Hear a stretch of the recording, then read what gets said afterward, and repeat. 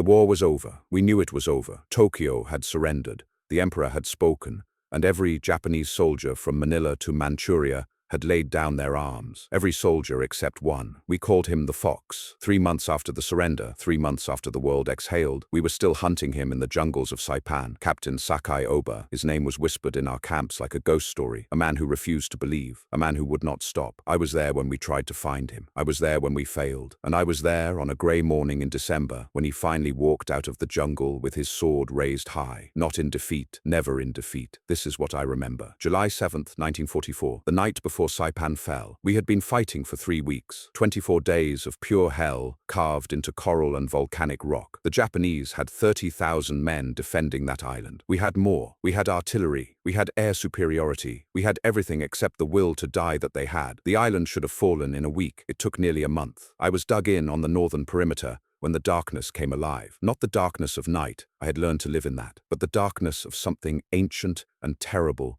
moving through it. A sound rose from the jungle, singing, thousands of voices singing death songs in Japanese. Then came the screaming, "Banzai, banzai, banzai." They came at us in waves, 4,000 men, soldiers, sailors, walking wounded, officers with ceremonial swords. They came knowing they would die. They came because dying was the point. The largest Banzai charge of the Pacific War. 15 hours of hand-to-hand combat in the dark. I killed my first man with a bayonet that night. I killed my second with my hands. By dawn, I had stopped counting. The sun rose over silence. 4,300 Japanese soldiers lay dead in front of our lines. We walked through fields of bodies, men who had charged us with bamboo spears, men who had crawled forward with grenades clutched to their chests, men who had died believing they were saving their emperor. We thought it was over. We were wrong. Captain Sakai Oba had been in charge. Somewhere in those waves of dying men, he had survived. Not by running, not by hiding, by deciding, in that moment of apocalyptic death, that his war was not finished. While his brothers died around him, he gathered the living, 46 soldiers, men too wounded to charge, men separated from their units, men who had watched the Banzai fail and chosen a different kind of resistance, and he led them into the jungle. On July 9th, 1944, we declared Saipan secure. The island was ours. The battle was won. But Captain Oba did not surrender. The civilians came out of the caves first. Women, children, old men with hollow eyes. We had heard about the mass suicides on Marpi Point. Families jumping together from the cliffs because they believed we would torture them. Hundreds dead, maybe thousands. The water below turned red for days. But Oba had found others. 200 Japanese civilians who had fled into the interior. Teachers and farmers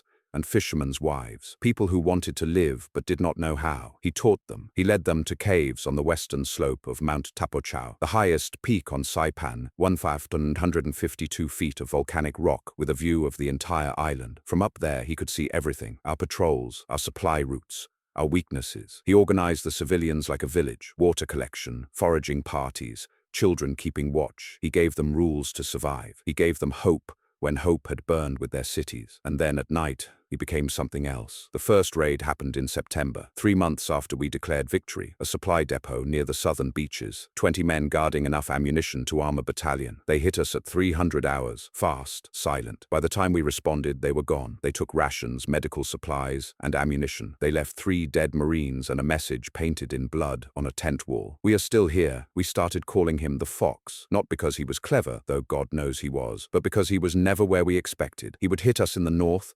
disappear, strike again in the south that same night. Impossible distances, covered on foot through jungle that swallowed our best trackers. We sent patrols. They came back empty-handed, or they didn't come back at all. We set up ambushes. He went around them. We posted guards. He went through them. One patrol found a camp, fresh fire pits, food scraps, evidence of 30 or 40 people living there. The lieutenant called in reinforcements, and they swept the area with 200 men. They found nothing, not even footprints leading away. Another patrol encountered him on a narrow trail. They cornered him, or thought they did, in a ravine. When they advanced, they found the ravine empty. Later they realized he had been above them the entire time, hidden in the banyan trees, watching. He was protecting them, the civilians. That is what made him different from the others who kept fighting. He was not a fanatic charging at death. He was a shepherd keeping his flock alive in a world that had ended. We respected him for that, even as we hunted him, even as we failed. By October 1944, command was frustrated. We had 45,000 troops on that island, combat engineers, Marines, Army garrison forces. We had defeated 30,000 Japanese soldiers in open battle, but we could not catch 46 men and a village of civilians living in caves. The brass wanted him gone, not because he was dangerous. By then, we had the island locked down, but because he made us look foolish. Every raid was a reminder that we had not actually won. Not completely. Not while the Fox still ran free. So they planned something that had never been done before. A dragnet, man to man, shoulder to shoulder. Every Marine and soldier on Saipan would form a line stretching from the southern beaches to the northern cliffs, 2 meters between each man, and we would march north, sweeping the entire island. They were going to catch him like an animal. They were so very wrong. November, the rainy season. The jungle turned into soup and our boots rotted off our feet, but the order came down and we obeyed. We formed the line at dawn. Thousands of us, Americans spread across the width of an island, stepping in unison through mud and vegetation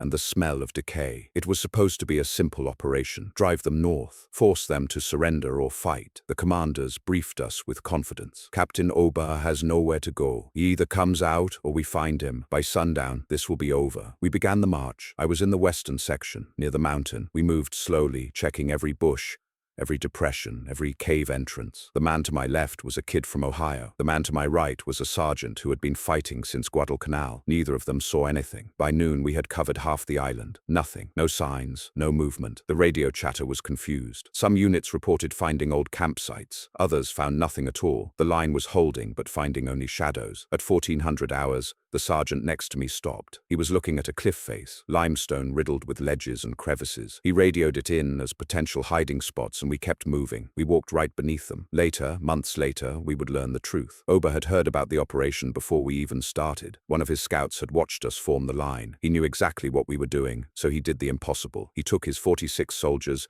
and 200 civilians, men, women, children, elderly, and led them to a cliff face on the western slope of Tapochao. They climbed, not to the top, to the middle, to ledges barely wide enough to stand on, to crevices where they pressed their bodies against rock and held ropes tied to each other so no one would fall. Some of them were less than 20 feet above our heads. We walked underneath, talking, calling to each other, ransacking huts when we found them, firing into caves to check for resistance. And above us, hundreds of people held their breath and prayed we would not look up. Children, mothers holding infants, old men with arthritis clinging to volcanic rock for hours. One of Oba's soldiers later said that several people dangled from ropes suspended over our heads, their comrades gripping them from above. We never saw them. By evening, we had reached the northern cliffs. The operation was a failure. We had captured a handful of elderly civilians, too weak to climb. We had killed no one. We had found the Fox nowhere. The commander in charge, a colonel who had been so confident that morning, was reassigned 2 weeks later. Not demoted, not punished, just quietly moved to another unit where his failure would not be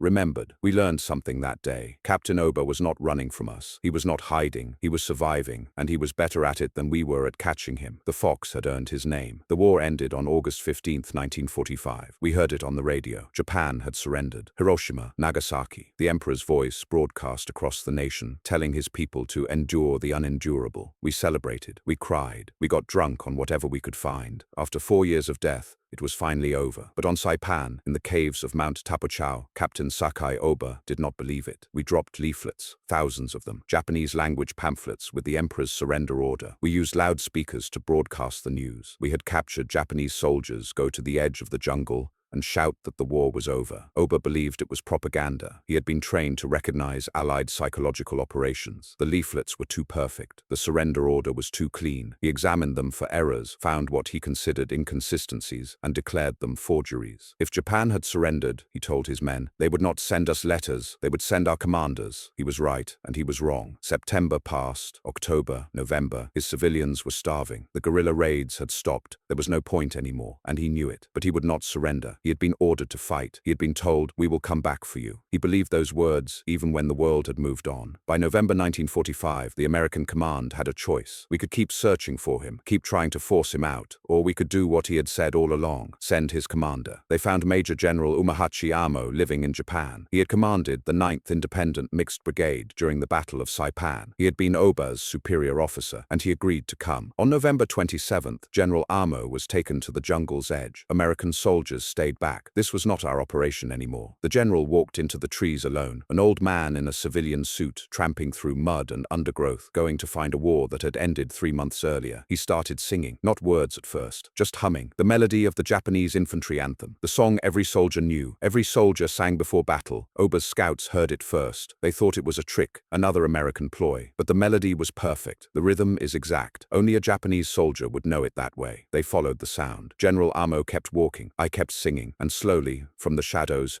they appeared, soldiers in rags, men who had not surrendered in 16 months, men who had become ghosts. They took him to Captain Oba. The meeting was private. We never learned exactly what was said, but Oba later told a reporter that General Amo showed him documents, orders from Imperial General Headquarters, signed, sealed, legitimate. The war was over. Japan had lost, and Captain Sakai Oba was ordered to surrender. He had one request: 4 more days. December 1st, 1945. Morning. The sky was grey and heavy with rain that never came. We gathered at the base of Mount Tapachao, Marines from the 18th Anti-Aircraft Artillery Company, officers, photographers. We did not know what to expect. At 800 hours they appeared, 46 soldiers, walking in formation, clean uniforms, God knows how they managed that. Rifles shouldered, officers in front. They marched with their backs straight and their eyes forward. Men who had been hunted for 512 days, men who had refused to die, men who were surrendering on their terms, not ours. Behind them came the civilians, 200 people, more thin than I thought humans could be, and still walk. But they walked, women holding children, old men helping each other, a village that had survived the impossible. Captain Sakai Oba led them. He was 31 years old and looked 60, hollow cheeks, scars visible even from a distance. But he walked like a soldier, like a commander, like a man who had never broken. They stopped in front of Lieutenant Colonel Howard G. Kyrgyz, American, Marine Corps, the officer who had been hunting him for more than a year. Oba saluted, sharp, perfect. Kyrgyz returned it. For a moment they stood there, hunter and hunted, two soldiers who understood each other better than words could say. Then Oba drew his sword, his family's sword. The blade had been in his family for generations. He held it horizontal, presenting it, not throwing it down, not surrendering it like a defeated enemy, offering it like one officer to another. Kyrgyz took the sword, slowly, with both hands, with respect. Oba's men stepped forward, one by one. They laid down their rifles, their ammunition, hand grenades, equipment they had carried for 16 months. They formed neat rows of weapons, a museum of a war that had ended months ago. No one spoke. The only sound was metal on dirt and the distant crash of waves on the reef. When it was done, Oba spoke, in Japanese. One of our translators repeated his words. We fought with honor. We protected our people. We obeyed our orders. The war is over. We surrender to the United States Marine Corps. Kyrgyz nodded. Your war is over, Captain. You and your men are safe now. The civilians are safe. You have my word. Oba bowed, deep, the bow of respect between warriors. That night, the Marine Officers Club held a reception for Captain Sakai Oba, the Fox of Saipan, the man who had made fools of 45,000 American troops, the man who had kept 200 civilians alive in a jungle that should have killed them. Officers lined up to shake his hand, not because they had beaten him, because they respected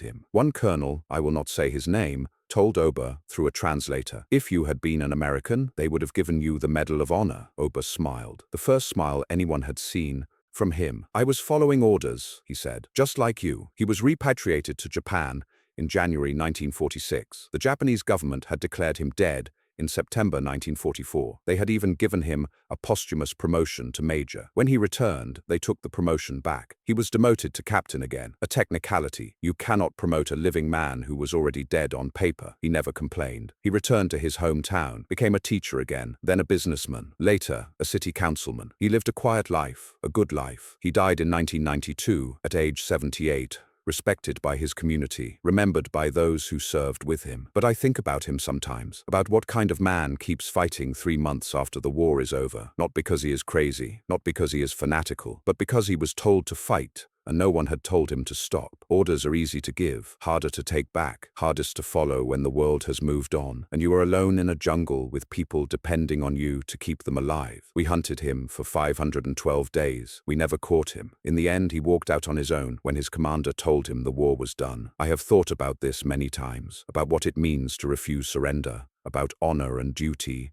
and the terrible weight of command. Captain Oba was not a monster. He was not a fanatic. He was a soldier who believed in something larger than himself. We called him the Fox because we could not catch him, but that was not why he was dangerous. He was dangerous because he made us question what we would have done if our commanders had told us to fight, if we had civilians to protect, if we believed our side was right and the other side was lying. Would we have walked out of that jungle in July, or would we have held out until December? I do not know. I am glad I never had to find out. I was there. I remember it. The sound of thousands of men dying in a banzai charge. The silence after the dragnet failed. The moment Captain Oba handed over his sword and I saw a warrior accept that his war had finally ended. War does not end when the treaties are signed. It ends when the last soldier lays down their weapon, when the last order is obeyed, when the last man walks out of the jungle and admits that the world has changed, even if he has not. Captain Sakai Oba fought for 16 months after the Battle of Saipan ended, 3 months after the war itself ended, not because he was wrong, not because he was right, but because that is what soldiers do. They follow orders until someone with authority tells them to stop. On December 1st, 1945, someone finally did. War does not end. It only fades until someone else finds it again. Until then,